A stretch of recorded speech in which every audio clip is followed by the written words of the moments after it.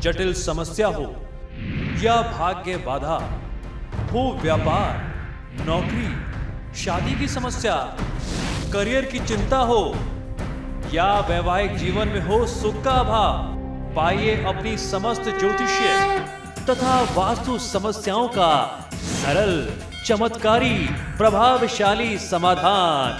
एक जाना माना और विश्वसनीय नाम, आचार्य पंडित श्री वैभवनाथ शर्मा जी, काशी के 400 वर्ष पुराने प्रतिष्ठित और अंतरराष्ट्रीय ख्याति प्राप्त राज ज्योतिषी परिवार की 8वीं पीढ़ी के ज्योतिषी और वास्तु शास्त्री आचार्य पंडित श्री वैभवनाथ शर्मा जी के द्वारा व्यक्तिगत या फिर फोन पर अपॉइंटमेंट लेने के लिए कॉल करें 9818-300-146, 9990-724-131 या फिर ईमेल करें sharma.vaibhav@gmail.com पर।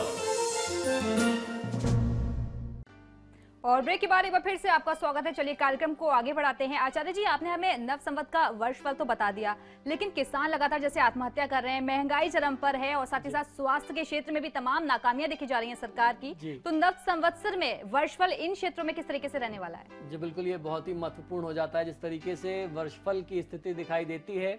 संवत 2071 का आकाशीय मंत्रिमंडल इस प्रकार रहने वाला है। संवत का राजा व मंत्री होंगे चंद्रमा। संवत के रसेश होने वाले हैं शुक्र। संवत के जो निरसेश होंगे, सशेष या धनेश जो होने वाले हैं वो बुध होने वाले हैं। ऐसी स्थिति में कठिनाइयों का सामना कुछ करना पड़ सकता है, स्वास्थ्य के लिहाज से भी, फसलों के लिहाज से भी, और उसके साथ साथ महंगाई के स्तर को भी आप बढ़ते हुए देख सकते हैं। संवत का धानेश जो है वह मंगल देवता होने वाले हैं। संवत का जो दुर्गेश और मेघेश होने वाला है वह सूर्य होने वाला है। संवत का जो फलेश होगा वह शनि होगा, यानी किसी भी व्यक्ति को फल उसकी मेहनत के अनुसार ही मिलने वाला है।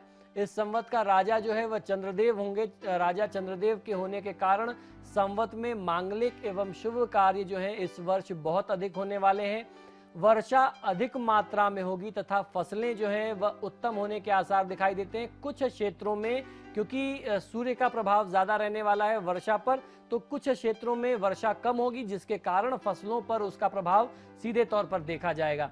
जनता में परस्पर सद्भाव, प्रेम तथा स्नेह बढ़ेगा और शासक वर्ग को भी प्रतिष्ठा की प्राप्ति होगी।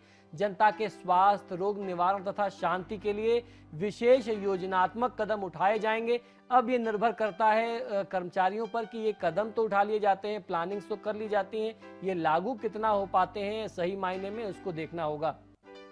संवत का मंत्री चंद्रमा होने के कारण वर्षा पर्याप्त मात्रा में होगी। अनाज और फसलें अधिक से अधिक मात्रा में होने के संकेत दिखाई देते हैं। कुछ जिलों की संख्या, जिन जिलों के विस्तार होने की स्थिति भी दिखाई देती है, यानी कुछ और राज्य बन सकते हैं, कुछ और राज्यों में कुछ जिले भी बनाए जा सकते हैं तथा सभी जिले सुखी एवं समृद्ध रहने वाले हैं, ऐसी स्थिति दिखाई देती है। सभी प्रकार का आनंद मंगल बना रहेगा।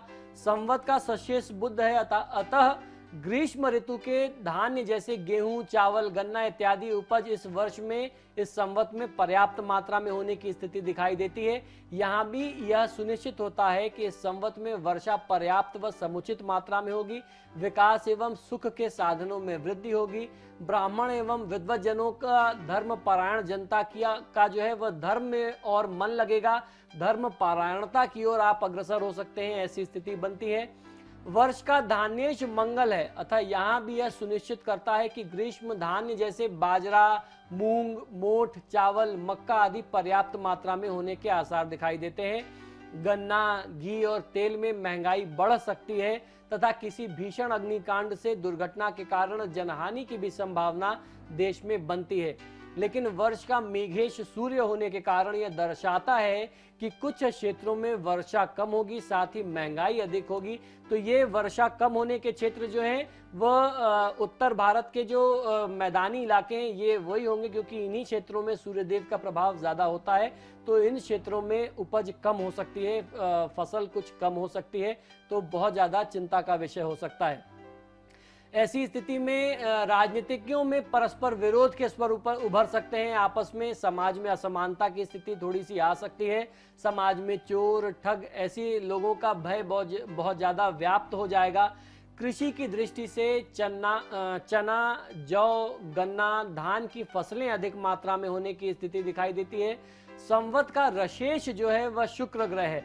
इससे यह प्रतीत होता है कि समाज में शुभ मांगलिक कार्य या धार्मिक कार्य अधिक से अधिक होने की स्थिति दिखाई देती है। आने वाले वर्ष में कुछ प्रदेशों में वर्षा का अभाव रह सकता है, लेकिन उसके बाद भी गुड़, खांड आदि रसकस का उत्पादन जो है वह प्रचुर मात्रा में होगा। संभव है कि शासक वर्ग जो है न्यायुक्त होकर के सुचारू रूप से शासन चलाने में सक्षम होंगे, क्योंकि शनिदेव वहां पर बैठे हुए हैं, न्याय की स्थिति को देख रहे हैं, या वर्ष का फल जो देने वाले हैं, आपके कर्मों का फल जो देने वाले हैं, शनिदेव इस भाव को देख रहे हैं। तो ये कहा जा सकता है कि आप जितनी मेहनत करेंगे, जितनी ईमानदारी से जो व्यक्ति काम करेगा, उसको उतना अच्छा फायदा मिलेगा। वर्ष का जो निरशेष है वह बुध है, अर्थात रेडीमेड कपड़े, होजरी के सामान, शंख, चंदन, सोना चांदी जो महंगे धातु हैं, ये जो महंगे धातु एवं रत्न हैं, इनमें कुछ और महंगाई आ सकती है और महंगे हो सकते हैं। तो सोना चांदी अभी ऐसी उम्मीदें लगाई जा रही हैं कि चुनाव के आसपास कुछ सस्ते होंगे, उसी समय में खरीद लेना आपके लिए ज्यादा अच्छा होगा। संवत का फलेश शनि देव होने के कारण इसके फलों में कुछ आपको कठिनाई मिल सकती है। फसलों को कुछ नुकसान शनिदेव की तरफ से पहुंच सकता है, उनकी तरफ से पीड़ा मिल सकती है। पेड़ों पर, वृक्षों पर फूल संक्रमित होकर के निष्फल रहने वाले हैं, यानी पेड़ों में जिनमें फल आने चाहिए, फूल तो लगेंगे, लेकिन उनमें किसी न किसी प्रकार से कोई इन्फेक्शन आ जाए, कोई बीमारी लग जाए, जिस तरीके से आप देखते हैं वह फल खराब हो जाए, ऐसी स्थिति दिखाई देती है। जाड़े में यानी ठंड में बर्फबारी से बहुत ज्यादा नुकसान हो सकता है। इस वर्ष भी बर्फबारी बहुत ज्यादा होगी। पहाड़ी क्षेत्रों में चोरी की घटनाएं अधिक होंगी तथा जनता रोग से ग्रस्त और परेशान हो सकती है। ये वर्ष के अंत की स्थिति दिखाई देती है। संवत का धनेश बुध होने के कारण विभिन्न प्रकार की वस्तुओं का संग्रह लाभ से परिपूर्ण रहने वाला है। जितनी ज्यादा से ज्यादा चीजें आप संग्रहित करेंगे, उसमें आपको लाभ मिलेगा। खेती बाड़ी व कृषि से संबंधित कार्य करने वालों को अच्छा लाभ मिल सकता है। धार्मिक प्रवृत्ति के लोग जो हैं वह अपने पूजा पाठ, अनुष्ठान इत्यादि कार्यों में संलग्न रहेंगे। संवत का दुर्गेश सूर्य होने के कारण शासन वर्ग कानून व्यवस्था में सुधार करने का भरपूर प्रयास करेगा और सुचारू रूप से सरकार चलाने में सक्षम होने की स्थिति दिखाई देती है। राजदरबार, कोर्ट कचहरी में सभी को न्याय की प्राप्ति होगी। राजकीय कर्मचारी भी अपने अपने कार्यक्षेत्र को ईमानदारी से कर सकेंगे, ऐसी स्थिति